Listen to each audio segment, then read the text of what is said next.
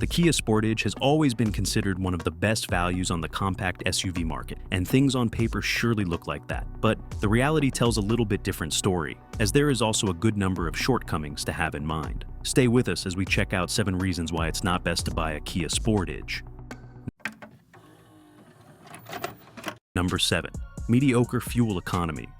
In today's world of sky-high gas prices, fuel efficiency matters more than ever. Unfortunately, this is where the Sportage seriously falls short compared to key rivals. The standard gas models with the front-wheel drive variant manage about 25 miles per gallon city and 32 miles per gallon highway. Add all-wheel drive to the equation, and those numbers drop even further to 23 miles per gallon city and 28 miles per gallon highway. These figures might not seem terrible at first glance, but they pale in comparison to what the competition offers. The Honda CR-V returns an impressive 28 miles per gallon city and 34 miles per gallon highway, while the Toyota RAV4 delivers 27 miles per gallon city and 35 miles per gallon highway. That difference adds up quickly at the pump, over months and years of ownership. Even more concerning is that the hybrid and plug-in hybrid versions often fail to live up to their advertised efficiency in real-world driving. Multiple owner reports and expert tests show the hybrid models consistently underperforming their EPA ratings by 4 to 8 miles per gallon. For a vehicle that's supposed to excel in efficiency, this shortfall is a significant disappointment and undermines one of the main reasons to choose a hybrid in the first place.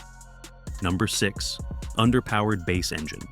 If you're hoping for a spirited performance from the standard Sportage, prepare to be disappointed. The base 2.5-liter engine is consistently criticized for its lackluster power delivery and sluggish acceleration. With a 0 to 60 mph time of around 9 seconds, it's among the slowest performers in the competitive compact SUV segment. Expert reviews consistently describe this engine as gutless, leisurely, and unremarkable. What's particularly frustrating is how the lack of power affects everyday driving situations. Merging onto highways or passing slower vehicles requires serious planning ahead, and even minor inclines can leave the engine struggling and noisy. The hybrid models do offer significantly better performance, with quicker acceleration and more responsive power delivery. But why should you have to spend thousands more just to get an adequately powered vehicle? Most competitors offer base engines that deliver both better fuel economy and more satisfying performance right out of the gate. This lack of power isn't just an inconvenience, it can actually impact safety in situations where quick acceleration is needed. While the Sportage might look sporty from the outside, the driving experience with the base engine tells a very different story. Number 5. Infotainment system. The Sportage's infotainment setup looks impressive at first glance, with a large curved display and sleek modern design. However, upon closer inspection, several usability issues become apparent that can significantly impact the daily driving experience. Perhaps the most frustrating aspect is the dual-purpose control panel that toggles between climate and audio functions. The same knobs and buttons serve different purposes depending on which mode the panel is in, creating confusion and requiring drivers to take their eyes off the road to ensure they're adjusting the right setting. This design choice trades practicality for a cleaner aesthetic, but at the cost of usability. Owner reports also highlight various glitches and issues with the system, from CarPlay disconnections to occasional system crashes. Some users have even reported more serious failures, where essential controls for safety, features like the rear-view camera or lane-keeping assistance became unresponsive. While these may be isolated incidents, they raise concerns about the system's long-term reliability. Number 4. Pricey PHEV model.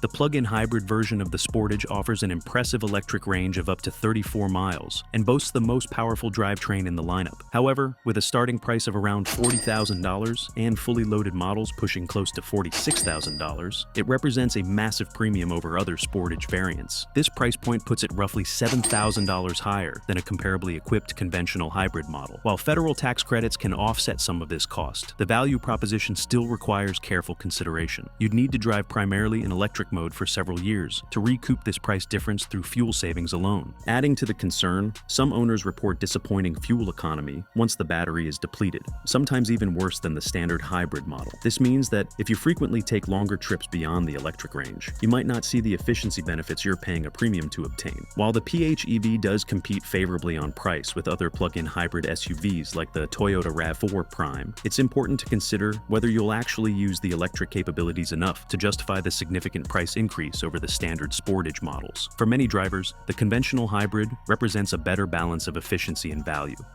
Number 3. Uninspiring handling.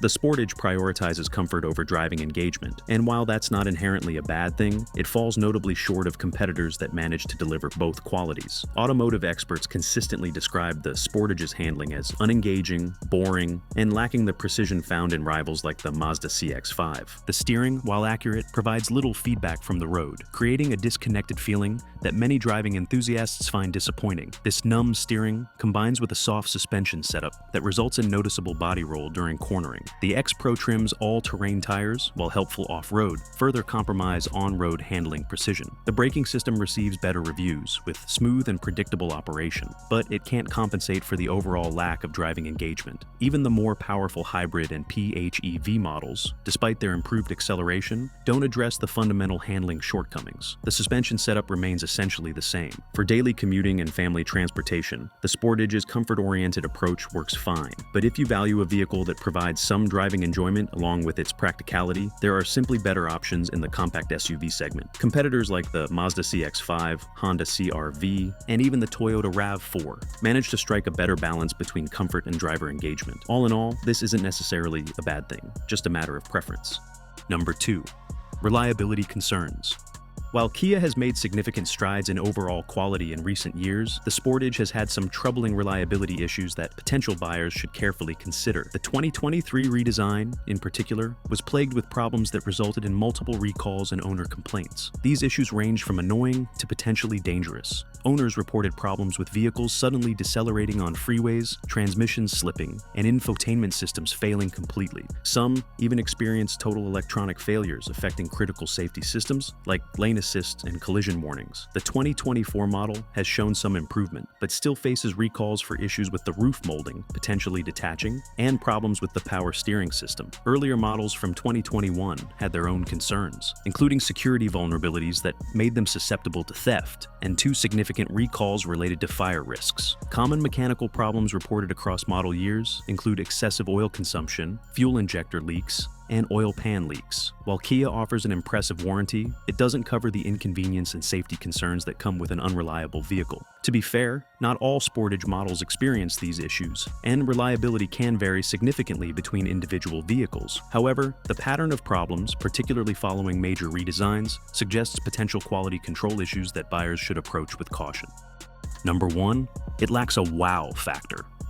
Another big reason not to buy the Kia Sportage might seem subjective, but it's important nonetheless. Despite its bold styling and generous feature list, the Sportage ultimately fails to excel in any particular area. It's a jack of all trades but master of none in a highly competitive segment where standing out matters. Its fuel economy is below average, its performance is uninspiring, its handling is forgettable, and its reliability is questionable. While it offers a comfortable ride and an attractive design, these strengths aren't enough to overcome its weaknesses or distinguish it from rivals that simply do most things better. The Honda CR-V offers better fuel economy and more refined driving dynamics. The Toyota RAV4 provides superior reliability and better resale value. The Mazda CX-5 delivers a more engaging driving experience with comparable comfort. Even within the Hyundai Kia family, the Hyundai Tucson offers essentially the same package with arguably better styling and fewer reported issues. This lack of a truly compelling selling point makes the Sportage difficult to recommend in a segment filled with excellent alternatives. While it might check many boxes on a feature list, the overall ownership experience is likely to leave you wondering if you could have made a better choice.